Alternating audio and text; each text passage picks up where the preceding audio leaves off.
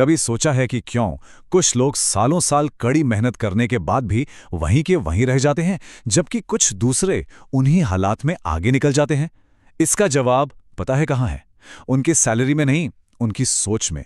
तो आज हम इसी मानसिकता को समझेंगे, और वो भी दो सहकर्मियों, रमेश और सूरज की कहानी से। हम देखेंगे कि कैसे सुरक्षा और अवसर के दो अलग-अलग रास्ते दो बिल्कुल अलग भविष्य की तरफ ले जाते हैं, और इन फैसलों के पीछे की साइकोलॉजी क्या है। और आखिर में ये भी देखेंगे कि ये चुनाव असल में क्या मायने रखता है। तो चलिए मिलते हैं रमेश और सूरज से। इनकी कहानी एक बहुत ही जानी पहचानी जगह से शुरू होती है, एक ऑफिस जहां दोनों की पोजीशन भी एक ही है। अच्छा, अब इस पर जरा ध्यान दीजिए। दोनों 34 साल के हैं, नौकरी एक, सैलरी एक और रूटीन भी लगभग एक जैसा। मतलब कागज पर तो उनकी जिंदगी में कोई फर्क नहीं है। लेकिन एक फर्क है जो बहुत बड़ा है। रमेश के लिए सेफ्टी सबसे पहले है और सूरज के लिए ग्रोथ। और यकीन मानिए, बस यही छोटा सा अंतर आगे चलकर सब कुछ बदल देगा। तो चलिए सबसे पहले रमेश की दुनिया में झांकते हैं। उसका रास्ता है सुरक्षा का, मतलब जो अभी है उसे हर हाल में बचा कर रखना। रमेश के लिए महीने के आखिर में जब अकाउंट में सैलरी आती है ना, तो वो कोई एक्साइटमेंट वाली फीलिंग नहीं होती। वो एक तसल्ली होती है, एक आराम कि हाँ, सब कुछ कंट्रोल में है, कोई खतरा नहीं है। बस यही उसकी कंफर्ट की दुनिया है। और रमेश की ये सुरक्षा काम कैसे करती है? कुछ ऐसे, सैलरी आती है और आते ही ईएमआई, किराया, बिल्स, इन सब में चली जाती है। और जो थोड़ा बहुत बचता है उससे कोई नया गैजेट आ जाता है या कहीं घूमने का प्लान बन जाता है। ये अमीर बनने का नहीं, बल्कि अमीर दिखने का एक चक्र है जो हर महीने बस घूमता रहता है। अब चलिए कहानी का दूसरा पहलू देखते हैं।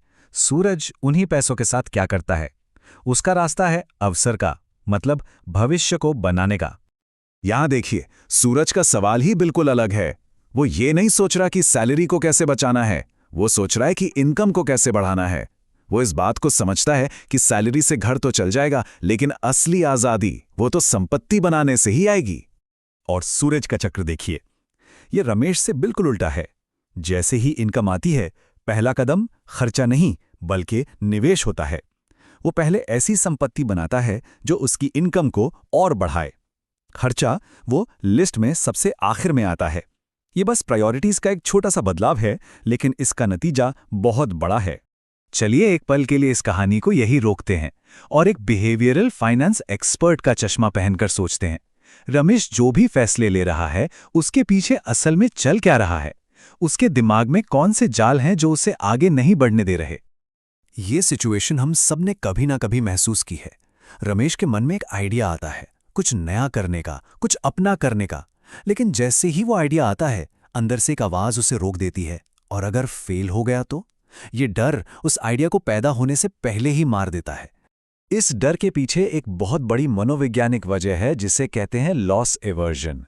इसका सीधा सा मतलब यह है कि हमारे दिमाग को 1000 रुपए खोने का जो दुख होता है ना, वो 1000 रुपए पाने की खुशी से लगभग 2 गुना ज्यादा ताकतवर होता है। और इसी वजह से रमेश जैसे लोग कोई भी रिस्क लेने से डरते हैं, क्योंकि उनके लिए फेल होने का डर सफल होने की उम्मीद से कहीं ज्यादा बड़ा है। और यहां एक और डर काम करता है, सामाजिक दबाव का डर।